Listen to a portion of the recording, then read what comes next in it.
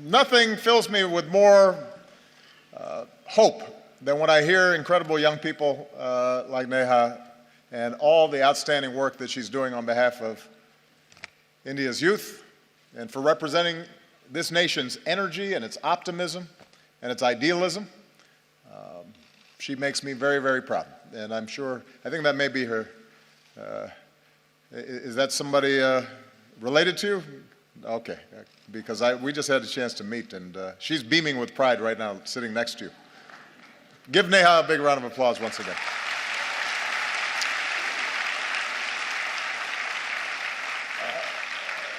Distinguished guests, ladies and gentlemen, to all the students and young people who are here today, to the people of India watching and listening across this vast nation, I bring the friendship and the greetings of the American people.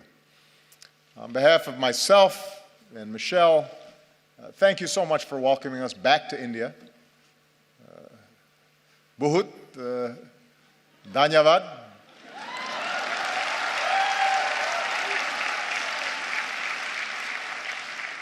It has been a great honor to be the first American president to join you for Republic Day.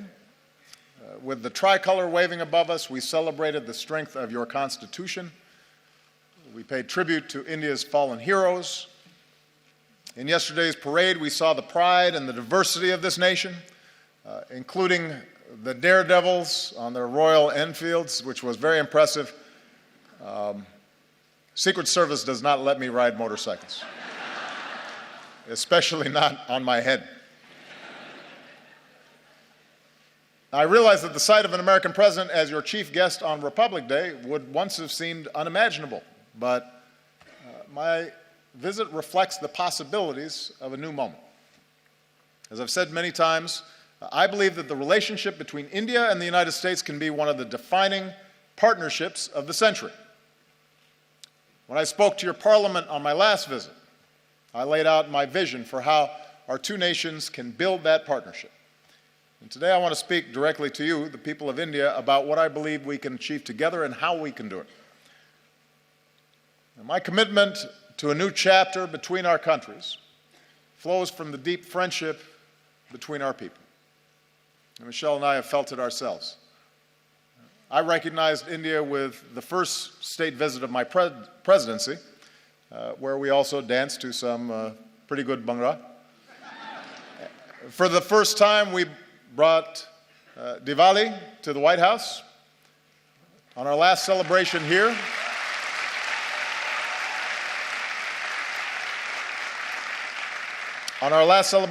we celebrated the Festival of Lights in Mumbai.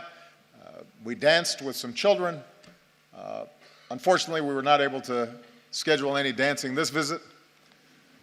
Señorita, bude, desho me. You know what I mean. So,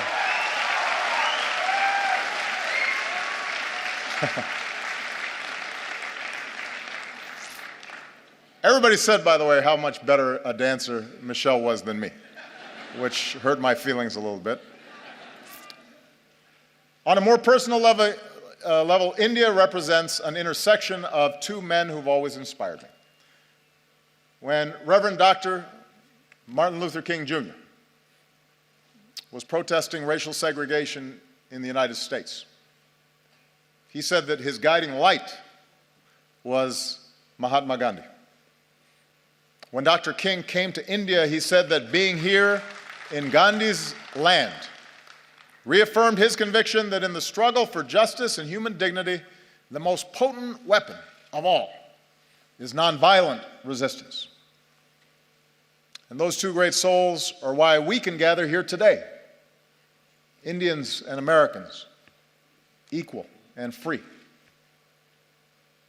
And there's another link that binds us. More than 100 years ago, America welcomed a son of India, Swami Vivekananda. And Swami Vivekananda helped bring Hinduism and yoga to our country. And he came to my hometown of Chicago. And there at a great gathering of religious leaders, he spoke of his faith and the divinity in every soul and the purity of love. And he began his speech with a simple greeting: sisters and brothers of America. So today, let me say, sisters and brothers of India.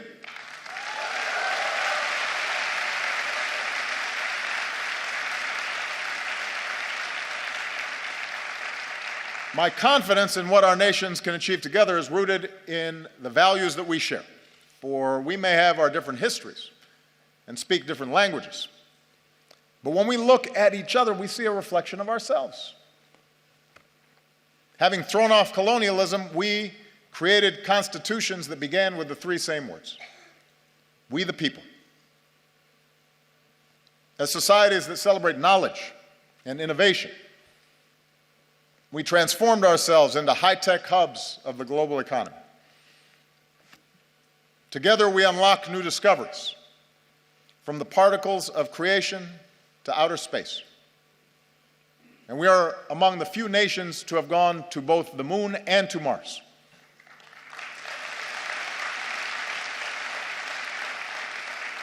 And here in India, this dynamism has resulted in a stunning achievement. You've lifted countless millions from poverty and built one of the world's largest middle classes.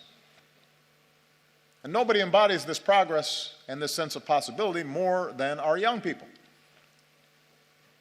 Empowered by technology, you are connecting and collaborating like never before on Facebook and WhatsApp and Twitter.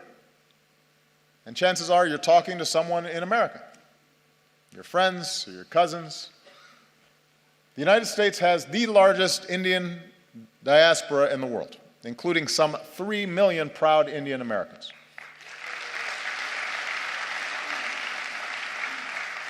And they make America stronger, and they tie us together. Bonds of family and friendship that allow us to share in each other's success. So for all these reasons, India and the United States are not just natural partners. I believe America can be India's best partner. I believe that.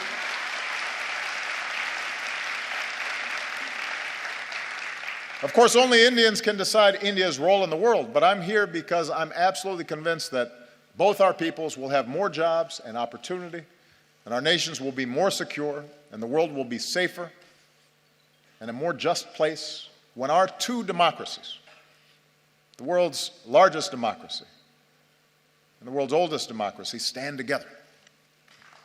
I believe that. So here in New Delhi, Prime Minister Modi and I have begun this work anew, and here's what I think we can do together. America wants to be your partner as you lift up the lives of the Indian people and provide greater opportunity. So working together, we're giving farmers new techniques and data, from our satellites to their cell phones, to increase yields and boost incomes. We're joining you in your effort to empower every Indian with a bank account. And with the breakthroughs we achieved on this visit, we can finally move toward fully implementing our civil nuclear agreement, which will mean more reliable electricity for Indians and cleaner non-carbon energy that helps fight climate change.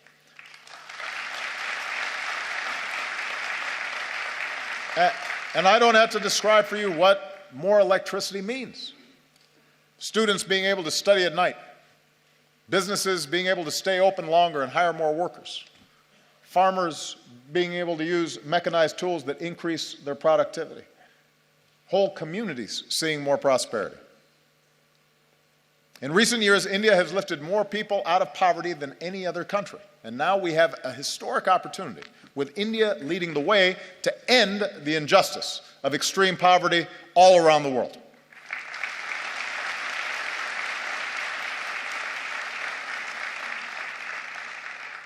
America wants to be your partner as you protect the health of your people and the beauty of this land. From the backwaters of Kerala to the banks of Ganga. As we deliver more energy, more electricity, let's do it with clean, renewable energy like solar and wind. And let's put cleaner vehicles on the road and more filtration systems on farms and villages. Because every child should be able to drink clean water, and every child should be able to breathe clean air. We need our young people healthy for their futures. And we can do it. We have the technology to do it. America wants to be your partner in igniting the next wave of Indian growth. As India pursues more trade and investment, we want to be first in line.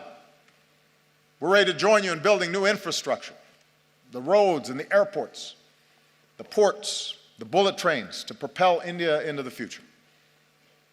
We're ready to help design smart cities that serve citizens better, and we want to develop more advanced technologies with India as we do with our closest allies.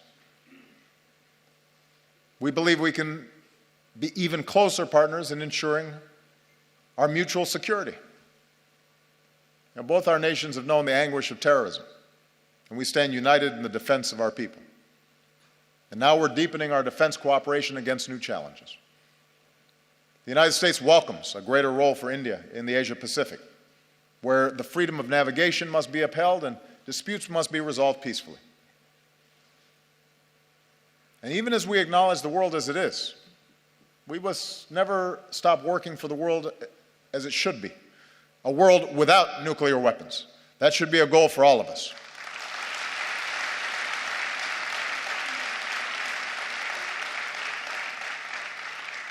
I believe if we're going to be true global partners, then our two nations must do more around the world together. So to ensure international security and peace, multilateral institutions created in the 20th century have to be updated for the 21st. And that's why I support a reformed United Nations Security Council that includes India as a permanent member.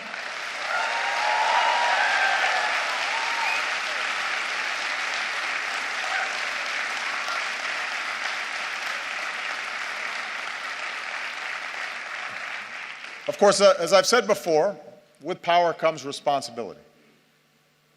In this region, India can play a positive role in helping countries forge a better future. From Burma to Sri Lanka, where today there's new hope for democracy. With your experience in elections, you can help other countries with theirs. With your expertise in science and medicine, India can do more around the world to fight disease and develop new vaccines, and help us end the moral outrage of even a single child dying from a preventable disease. Together, we can stand up against human trafficking and work to end the scourge of modern-day slavery.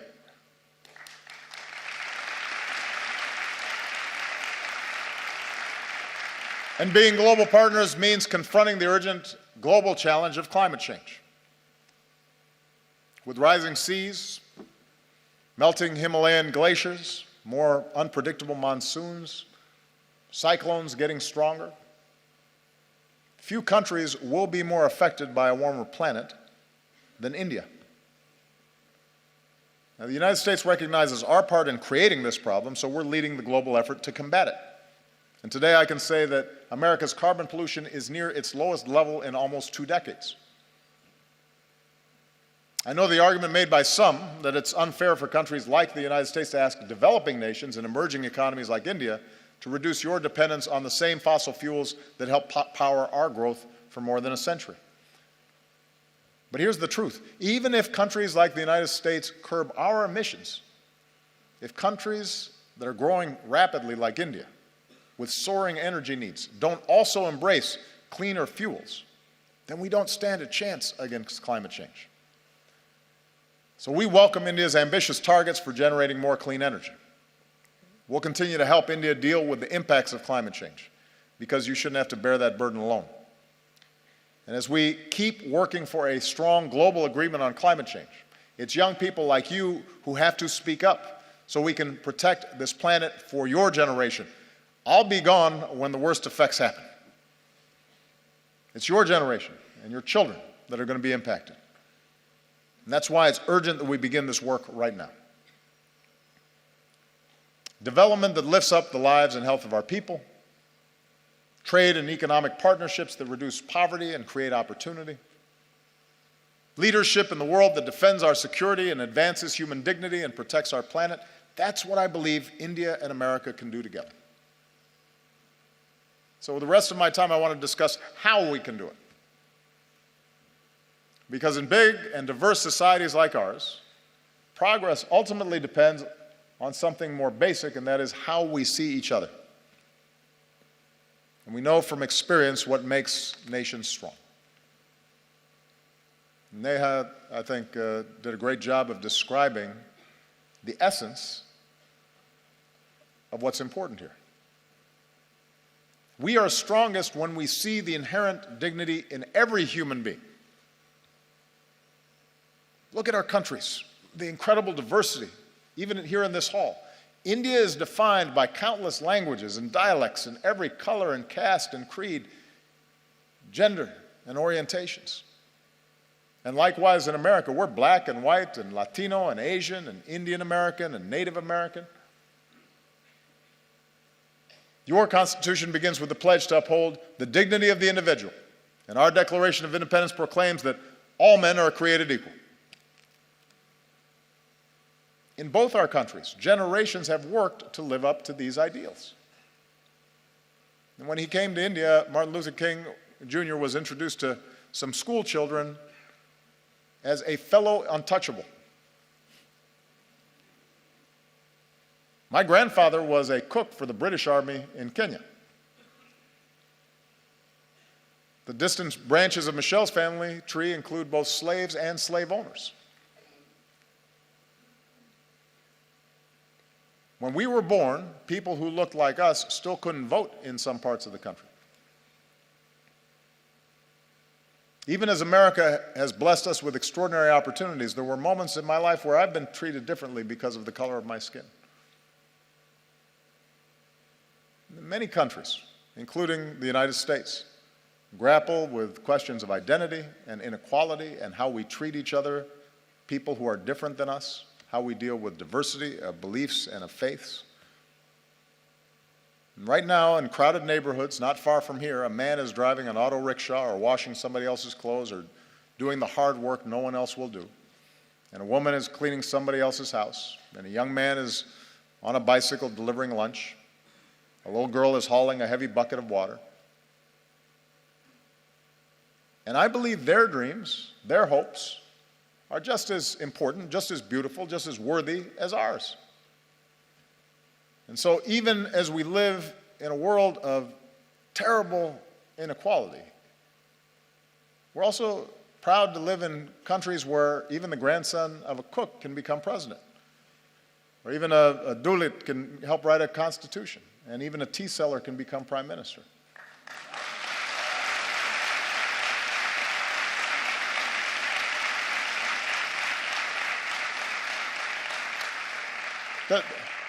The point is that the aim of our work must be not to just have a few do well, but to have everybody have a chance. Everybody who's willing to work for it have the ability to dream big and then reach those dreams. Our nations are strongest when we uphold the equality of all our people, and that includes our women. Now, you may have noticed I am married to a very strong and talented woman. Michelle is not afraid to speak her mind or tell me when I'm wrong, which happens frequently. And we have two beautiful daughters, so I'm surrounded by smart, strong women. And in raising our girls, we've tried to instill in them basic values: a sense of compassion for others and respect for themselves, and the confidence that they can go as far as their imaginations and abilities will carry them. And as part of Michelle's work as First Lady, she's met with women and girls around the world, including here in India, to let them know that America believes in them too. In the United States, we're still working to make sure that women and girls have all the opportunities they deserve and that they're treated equally. And we have some great role models, including here today the former Speaker of our House of Representatives, Nancy Pelosi, who was the first woman Speaker of the House and my great partner.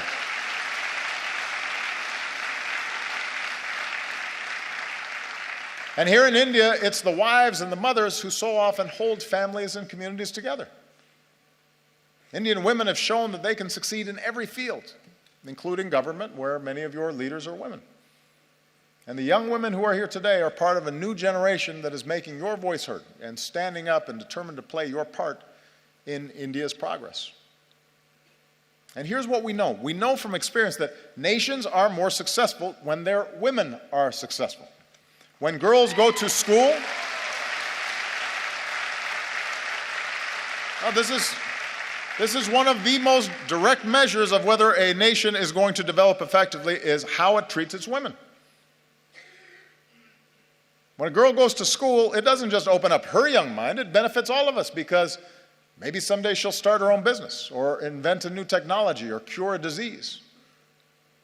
And when women are able to work, families are healthier and communities are wealthier and entire countries are more prosperous. And when young women are educated, then their children are going to be well educated and have more opportunity. So if nations really want to succeed in today's global economy, they can't simply ignore the talents of half their people. And as husbands and fathers and brothers, we have to step up because every girl's life matters.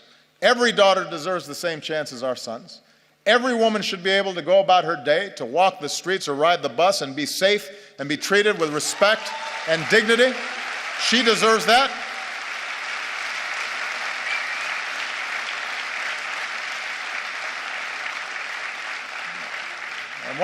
One of the favorite things about this trip for me has been to see all these incredible Indian women in the armed forces, including the person who commanded the guard that greeted me when I arrived.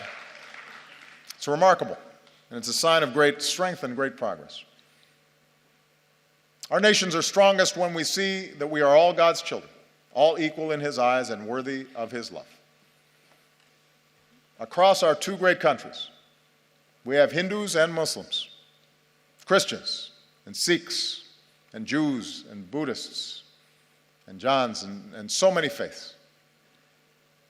And we remember the wisdom of Gandhiji, who said, "For me, the different religions are beautiful flowers from the same garden, or they are branches of the same majestic tree." Branches of the same majestic tree. Our freedom of religion is written into our founding documents. It's part of America's very first amendment. Your Article 25 says that all people are equally entitled to freedom of conscience and the right freely to profess, practice, and propagate religion. In both our countries, in all countries, upholding this fundamental freedom is the responsibility of government, but it's also the responsibility of every person. In our lives, Michelle and I have been strengthened by our Christian faith. But there have been times where my faith's been questioned by people who don't know me, or they've said I adhere to a different religion, as if that were somehow a bad thing. Around the world, we've seen intolerance and violence and terror perpetrated by those who profess to be standing up for their faith, but in fact are betraying it. No society is immune from the darkest impulses of man, and too often religion has been used to tap into those darker impulses as opposed to the light of God. 3 years ago in our state of Wisconsin, back in the United States, a man went into a Sikh temple and in a terrible act of violence killed 6 innocent people, Americans and Indians. And in that moment of shared grief, our two countries reaffirmed a basic truth, as we must again today, that every person has the right to practice their faith how they choose, or to practice no faith at all, and to do so free of persecution and fear and discrimination.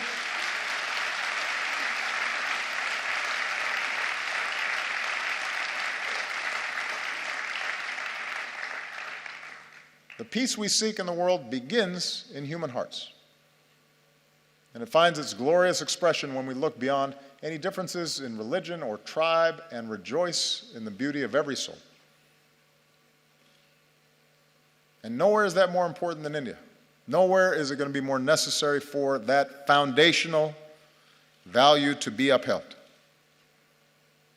India will succeed so long as it is not splintered along the lines of religious faith, so long it's not splintered along any lines and is unified as one nation.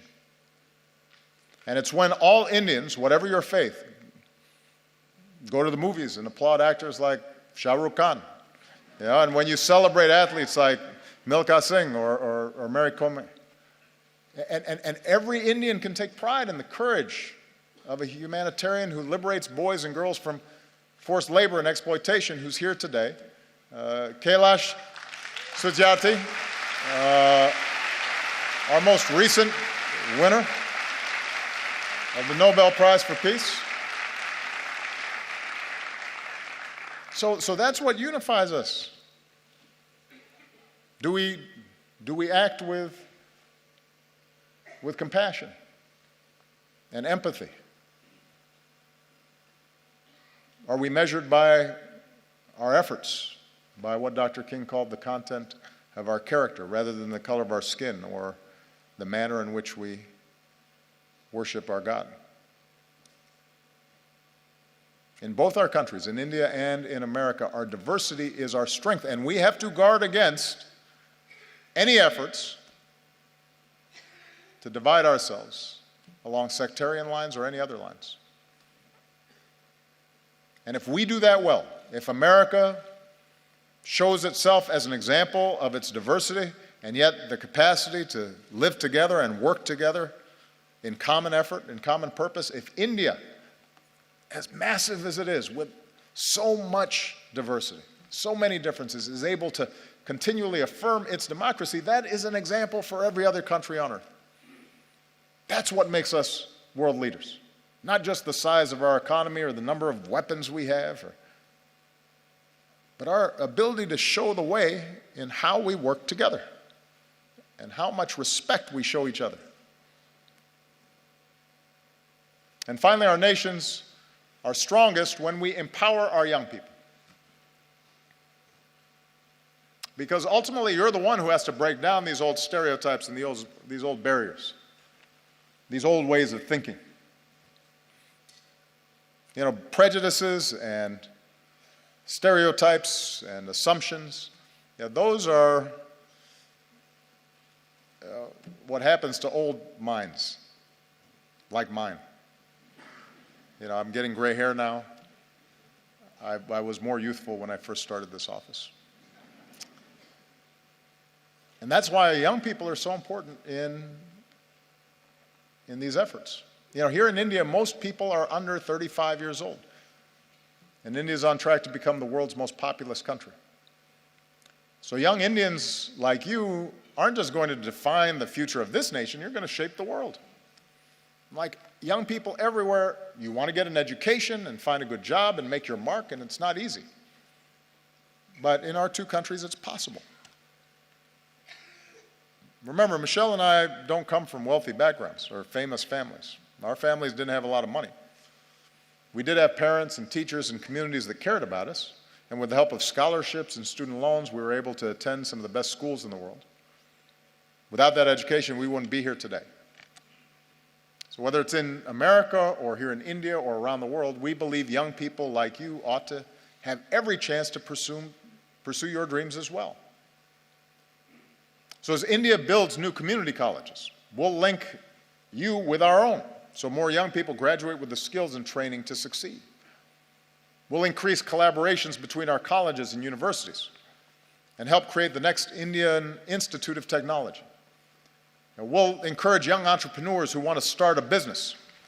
And we'll increase exchanges because I want more American students coming to India and more Indian students coming to America.